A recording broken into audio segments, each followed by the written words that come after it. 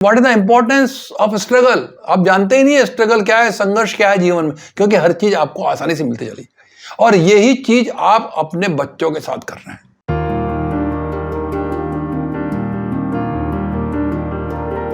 Welcome back to my channel decoding life. आजकल wise man के पास यंगस्टर्स का आना जाना कुछ ज्यादा हो गया था।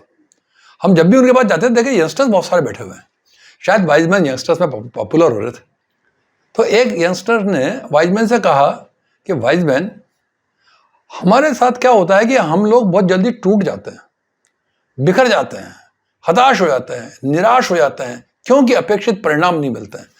तो आप कुछ ऐसा उपाय बताएं ना कि जिससे हमें जीवन में ये हताशा कम हो, हमारा बिखराव कम हो, हम मुश्किलों का सामना आसानी से कर सकें। वाइजमैन बोले कि इसमें गलती तुम्हारी नहीं है बेटा, इसमें गलती तुम्हारे माँ बाप की है और वही गलती तुम अपने बच्चों के साथ कर रहे हो। वाइजमैन ने एग्जाम्पल दिया और बोले कि कभी तुमने मटके को बनते हुए देखा है, घड़े को कुम्हार के पास? तो ज्यादातर यंगस्टर एक दूसरे को देखने लगे, क्योंकि कुम्हार के पास तो कौन जाता है आजकल। तो उन्होंने कहा नहीं साहब, देखा तो नहीं है, मटका बाजार से खरीदा जरूर है। और वो भी देखिए कि आजकल कुछ दिनों की बात है, थोड़े दिनों बाद बाजार में मटके भी गायब हो जाएंगे। अभी तो फिर भी मिल रहे हैं बाजार में मटके। तो कहा कि देखा है तुमने बाजार में मटका? कि हाँ देखा है, और उसके प्रोसेस भी मैं पता है। एक यंगस्टर ने कहा मुझे प्रोसेस पता है पूरा। वो कैसे करते हैं? वो कि चाक के ऊपर पहले कच्ची मिट्टी होती है, उस मिट्टी से एक जो है वो मटका बनाया जाता है और उस मटके को फिर धूप में सुखाया जाता है और उसको फिर भट्टी में पकाया जाता है। उसके बाद उस पर कलर किया जाता है और फिर वो बाजार में बिकने के लिए आता है। वाइजमैन बोले कि इस पूरे प्रोसेस में तुमने देखा कि अगर वो कुम्हार समय बचा के कच्ची मिट्टी के मटके को ही उसी में पानी भरेगा तो क्या होगा? उसने कहा कि वो मटका जो है वो पानी में घुल जाएगा, क्योंकि वो तो मिट्टी है, कच्ची है। तो उसने कहा सुखाने के बाद, ओके, सुखाने के बाद भी थोड़े दिन बाद उसमें घुल जाएगा। वो इसीलिए तो वो मटके को भट्टी में पकाता है ताकि वह मजबूत बन सके। वाइजर ने बोले here lies the answer my dear friend. तुम खुद ही अपनी बात का जवाब दे रहे हो। तुम सब लोग भट्टी में नहीं तपे हो, तुम्हारी तपिश नहीं मिली तुमको जीवन की, इसलिए तुम जल्दी बिखर जाते हो, टूट जाते हो। जिस तरह एक अच्छे मटके या घड़े के लिए उसको अच्छी तरह से गढ़ना और उसके बाद सुखा के भट्टी में पकाना आवश्यक है, उसी तरह तुम्हें भी तुम्हारे माँ बाप द्वारा जीवन रूपी भट्टी में संघर्ष के लिए भट्टी में तपाना चाहिए था।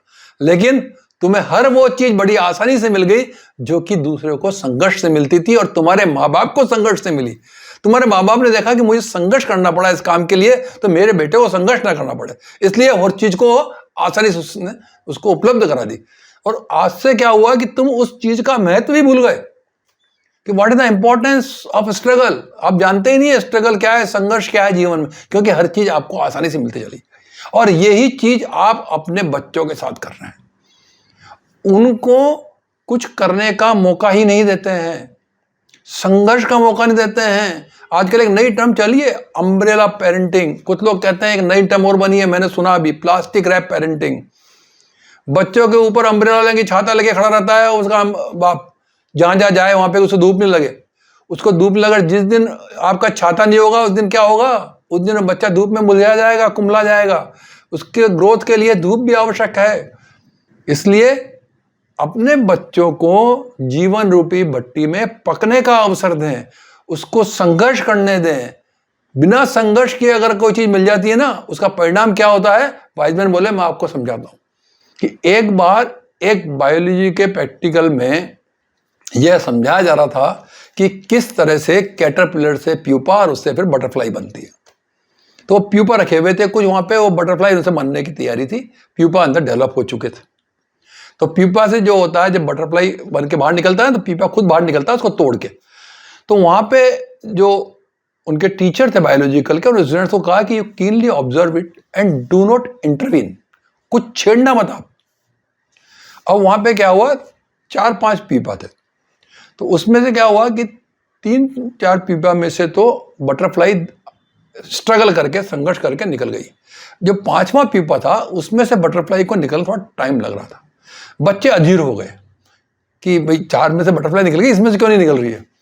तो एक बच्चे ने क्या किया कि उस पीपा को किनारे से तोड़ दिया to facilitate the butterfly to come out. अब जो तितली बाहर निकली ना, उसका एक पंख टेढ़ा था। जब टीचर अंदर आए लैब में, टीचर ने कहा कि ये चारों बटरफ्लाई तो सही लग रही है, ये एक बटरफ्लाई जो है इसका पंख टेढ़ा क्यों है? उन्होंने बच्चों से पूछा कि आपने कुछ किया क्या पीपा के साथ? तो एक बच्चा खड़ा होकर कहता है कि यस सर, इसको निकलने में दिक्कत हो रही थी ना, तो इसलिए मैंने पीपा को तोड़ दिया और इसको आसानी कर दी ताकि उसमें से आसानी से बाहर निकल सके। बायोलॉजिकल टीचर का कहना था कि ये तुमने बहुत खराब किया है, तुम सोच रहे हो कि तुमने उसकी हेल्प करी है, तुमने उसका नुकसान किया है। लड़के ने कहा क्यों भाई, नुकसान कैसे हो गया सर? वो तो परेशान हो रही थी ना, इसलिए मैंने उसको पीपा तोड़ दिया। वो कह नहीं, वो संघर्ष ही उसका जीवन है। वो अगर खुद संघर्ष करके बाहर नहीं निकलेगी तो वेल डेवलप्ड बटरफ्लाई नहीं बनेगी। नेचर ने ऐसा ही बनाया है उसको। तुमने उसको फैसिलिटेट कर दिया कि ये सोच के कि ये जल्दी बाहर निकल जाए, तो उसका जो एक पीरियड था ना जो संघर्ष का, जिसमें कि उसको हो सकता है कि वो 3-4 मिनट बाद बाहर निकलती, उस पीरियड में उसके विंग्स डेवलप हो जाते, या हो सकता है कि वो आधा दिन बाद बाहर निकलती। आप अधीर हो गए कि बाकी तो निकल गई, तो ये वाली बाहर क्यों नहीं निकली, और आपने उसका फायदा करने की जगह नुकसान कर दिया। वाइजमैन ने सभी यंगस्टर्स तरफ मुंह करके कहा कि आप सब लोग समझे इससे कुछ, आप सब लोग भी अपने बच्चों के साथ यही कर रहे हैं जो स्टूडेंट ने उस बटरफ्लाई के साथ किया था, और जो आपके माँ बाप ने आपके साथ किया है, कि आपको संघर्ष नहीं करने दिया, कि आपको संघर्ष ना करना पड़े, इसलिए आपको सुविधाएं दे दी। ये सुविधाएं जो आपको दी है संघर्ष से बचने के लिए, वह आपके लिए अभिशाप बन गई। उसने आपको ऐसा बना दिया है कि जब आपको जीवन का ताप महसूस हुआ तो आप अपने को बिखरा हुआ महसूस करने लगे। अगर यही आप संघर्ष हुई भट्टी में तप के आते तो आप एक दृढ़ व्यक्तित्व पर खड़े रहते और हर मुश्किल का सामना दृढ़ता से करते। सो माय डियर फ्रेंड, आपके पेरेंट्स ने जो गलती करी सो करी, नाउ बी केयरफुल। अपने बच्चों के साथ ऐसी गलती कदापि ना करें। Do not go for umbrella parenting and plastic wrap parenting. उनके आसपास न मंडराएं, हेलीकॉप्टर या हावरिंग पेरेंटिंग, यानी कैसी कैसी टर्म्स आ गई हैं आजकल। बच्चों के साथ ही हरती रहते हैं। बच्चों के, हमको तो याद है हमें वो दिन कि हम घर पे कह के जाते हैं कि मैं खेलने जा रहा हूं और मैं 1 घंटे घर पे वापस नहीं आता था, हमारे माँ बाप चिंता नहीं करते थे। यहाँ तो यह है कि 1 घंटे क्या 10 मिनट नहीं आए तो उसके छाती पे खड़े रहते हैं माँ बाप, देखते रहते हैं कहाँ जा रहा है बच्चा। उसको फ्रीडम ही नहीं है, स्ट्रगल कैसे करेगा वो? न उसका मेंटल डेवलपमेंट हो पाता है, न फिजिकल डेवलपमेंट हो पाता है। इस वजह से क्या होता है कि वो बहुत जल्दी वो ब्रेक डाउन हो जाता है, जैसे कि आप हो रहे हैं। सो you also give your body some time and expose for the struggle। फिर देखिएगा आप कैसे दृढ़ता से खड़े रहते हैं, और यही आपने बच्चों के साथ करिए। अपने बच्चों को टाइम दीजिए स्ट्रगल का, and do not provide them each and every facility. कोई जरूरी नहीं है, कभी कभी उनको पता होना चाहिए कि अभाव की जिंदगी क्या होती है, तभी तो मुश्किल समय में वो खड़े रहेंगे। अब वाइजमैन बोले कि एक और एग्जाम्पल देता हूं मैं आपको, कि एक बार एक मेरे हॉर्टिकल्चरल फ्रेंड मिले, तो बात हो रही थी उनसे कि किस तरह से प्लांट्स की मोर्टेलिटी की, कि कितना एफोरेस्टेशन होता है लेकिन सर्वाइवल रेट 10-20% भी नहीं होता है, क्या कारण है, मर जाते हैं सब। और खेतों में जब बगीचे में किसान अपने खेत में जो बगीचा लगाता है उसमें भी 100% सर्वाइवल नहीं होता है, उसमें भी जो है वो 70-80% सर्वाइवल होता है, कुछ प्लांट्स मर जाते हैं। तो हमारे हॉर्टिकल्चर फ्रेंड ने बहुत अच्छी बात बताई।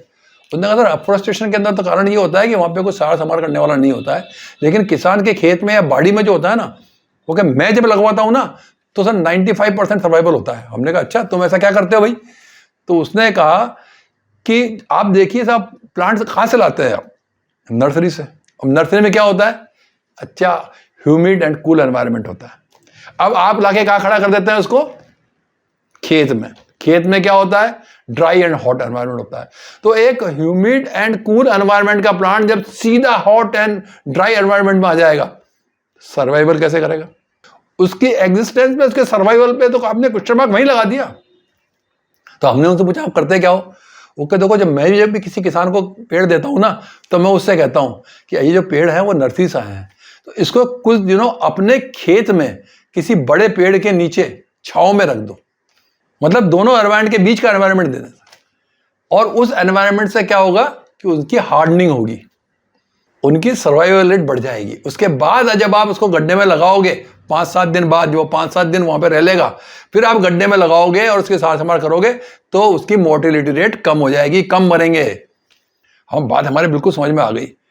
भाई बहनों को हमने बिल्कुल सही कहा सर। मेरे को भी एक एक्सपीरियंस है ऐसा।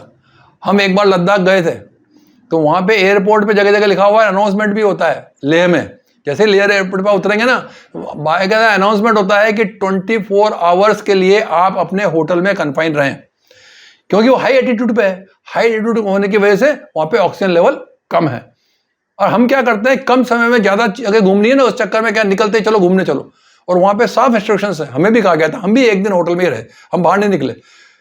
उसके बाद बाहर निकले, और जिस दिन हम होटल रहे ना, पहले दिन भी, उस दिन भी रात को हमें नींद नहीं आई सर, भारी भारी सा लगा, ऐसा लगा कि कुछ अनइजीनेस आ रही है, डिजीनेस आ रही है। That was because of the environment.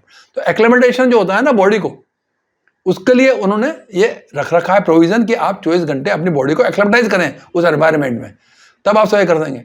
लेकिन कुछ लोग नहीं मानते हैं, तो वहां पे एक वार्ड खुला हुआ है, मैंने पहली बार इस वार्ड का नाम सुना। लेह में एक हॉस्पिटल, गवर्नमेंट हॉस्पिटल में एक वार्ड है जिसका नाम है tourist ward.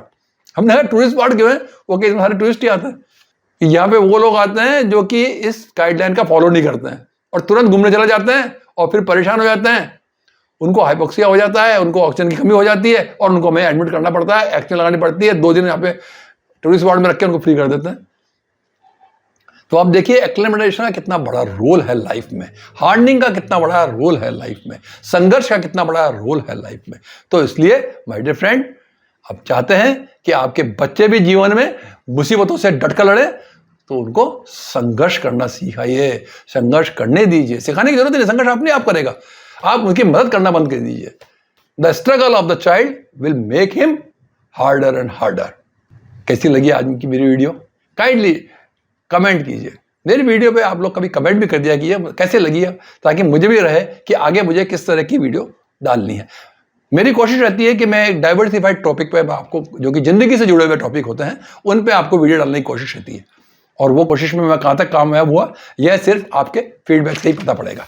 So have a wonderful struggle free life and good day ahead. Thank you.